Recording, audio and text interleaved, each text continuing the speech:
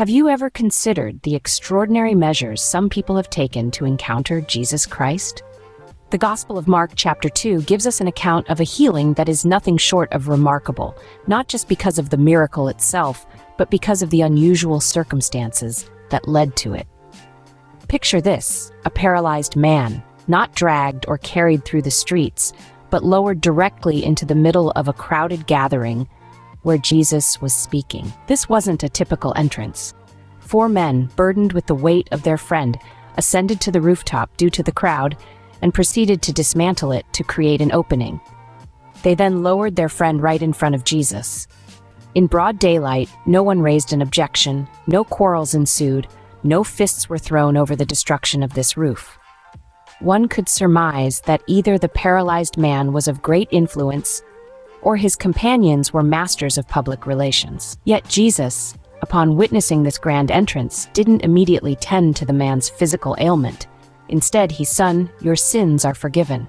In the presence of Jesus, regardless of one's social standing or influence, everyone is merely a sinner in need of forgiveness. Few leaders in the religious world can match the humility and impartiality of Jesus Christ.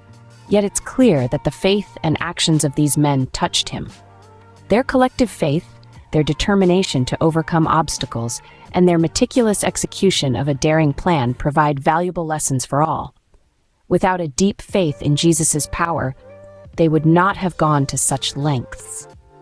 Their boldness and careful planning are evident in their actions, and these are qualities that are essential in a believer's journey. Some biblical scholars suggest that the paralyzed man represents religious followers who are quick to criticize, but slow to act, those who are more inclined to point out the faults in others than to take action themselves.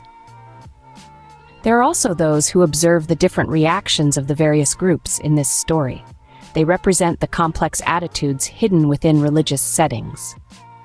The majority of the people present were there to hear Jesus preach. Some of them were disciples, but many were just bystanders. Their presence made it difficult for those who genuinely needed healing to get close to Jesus. Obstacles to reaching Jesus are not only personal sins, but also the attitudes of others. Those who dominate religious spaces, those who disregard the old, weak, sick, and disabled, those who doubt the forgiving power of Christ, and those who envy the gifts of others. In wrapping up, there's one person God surely remembers: the homeowner who offered his house as a meeting place for Jesus. Despite having his home damaged, he remained silent and calm. His actions serve as a poignant reminder of the lengths some will go to encounter Jesus and the transformative power of such an encounter.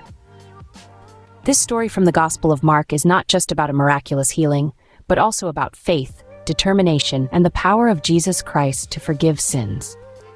It challenges us to examine our own attitudes and actions and to consider the extraordinary measures we might take to encounter Jesus.